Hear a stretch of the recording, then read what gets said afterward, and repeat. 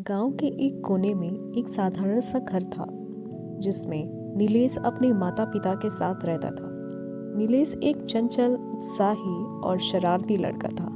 उसकी उम्र लगभग 12 साल थी और वह अपने दोस्तों के साथ खेल कूद में बहुत रुचि रखता था। पढ़ाई में उसका मन कम ही लगता था। नीलेश के माता पिता उसे हमेशा सिखाते थे कि ईमानदारी और मेहनत से ही जीवन में आगे बढ़ा जा सकता है, लेकिन नीलेश कभी कभी छोटी छोटी शरारतें भी करता था। वह अपने दोस्तों के साथ बगीचों में घुस जाता और वहां से फल चुराकर भाग कर ले आता। हालांकि अब तक वह कभी पकड़ा नहीं गया था। गर्मियों का मौसम था और गांव के पास में एक बहुत बड़ा सा आम का बगीचा था। दूर दूर से लोग उस बगीचे के मीठे आम खरीदने आते थे, लेकिन नीलेश और उसके दोस्तों के मन में बिना पैसे दिए आम खाने की लालसा थी। एक दिन नीलेश के दोस्त ने कहा, नीलेश, आज हम बगीचे में घुसकर आम तोड़ेंगे, चलो, बहुत ही मज़ा आएगा। नीलेश थोड़ा झिझका, लेकिन दोस्तों के कहने पर मान गया। शाम को जब सूरज ढल रहा था, नीलेश और उसके 3 दोस्त बगीचे की ओर बढ़े। चारों चुपके से बगीचे की दीवार फांद कर घुस गए। बगीचे में आम के बड़े बड़े पेड़ थे, जिन पर पके हुए आम लटके हुए थे। नीलेश ने एक पेड़ पर चढ़कर आम तोड़ना शुरू कर दिया। उसके दोस्त नीचे खड़े होकर आम पकड़ने लगे।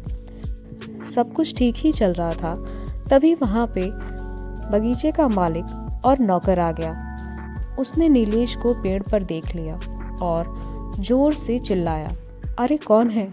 कौन है वहाँ? ठहरो तो जरा। नौकर की आवाज़ सुनकर सभी बच्चे डर गए। नीलेश जल्दी से पेड़ से उतरने लगा, लेकिन जल्दबाजी में उसका पैर फिसल गया और वह धड़ाम से वहीं नीचे गिर गया। उसके दोस्त दीवार फांद कर भाग गए, लेकिन नीलेश नौकर के हाथों लग गया। नौकर ने नीलेश को पकड़कर बगीचे के मालिक के पास ले आया। मालिक ने नीलेश को डांटते हुए कहा, तुम्हें पता नहीं कि चोरी करना बहुत ही बुरी बात है? तुम्हारे माता पिता ने तुम्हें ऐसा सिखाया है? नीलेश सिर झुकाए खड़ा रहा। उसकी आंखों से आंसू गिर रहे थे। बगीचे के मालिक ने नीलेश को उसके माता पिता के पास पहुंचाया और सारी बातें बताई। नीलेश के पिता बहुत शर्मिंदा हुए। उन्होंने बगीचे के मालिक से माफ़ी मांगी और नीलेश को समझाया, बेटा, मेहनत से कमाया हुआ हर फल मीठा होता है, लेकिन चोरी का फल हमेशा कड़वा ही होता है। तुमने न केवल बगीचे के मालिक का विश्वास तोड़ा, बल्कि तुमने तो अपने माता पिता का भी दिल दुखा दिया है। नीलेश को अपनी गलती का एहसास हो गया और उसने अपने माता पिता से वादा किया कि वह दोबारा चोरी नहीं करेगा। अगले दिन नीलेश खुद बगीचे के मालिक के पास गया और उनसे माफ़ी मांगी। उसने कहा, मुझे माफ़ कर दीजिए, मैं इस गलती से सबक सीख चुका हूँ।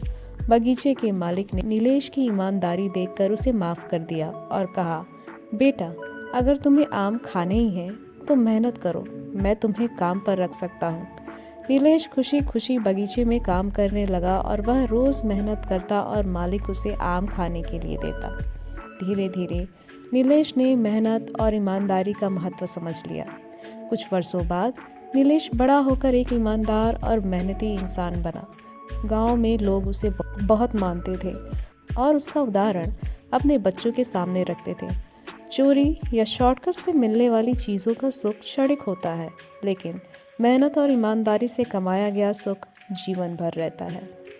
Thanks for watching this video. If you enjoy this video, please like, share and subscribe.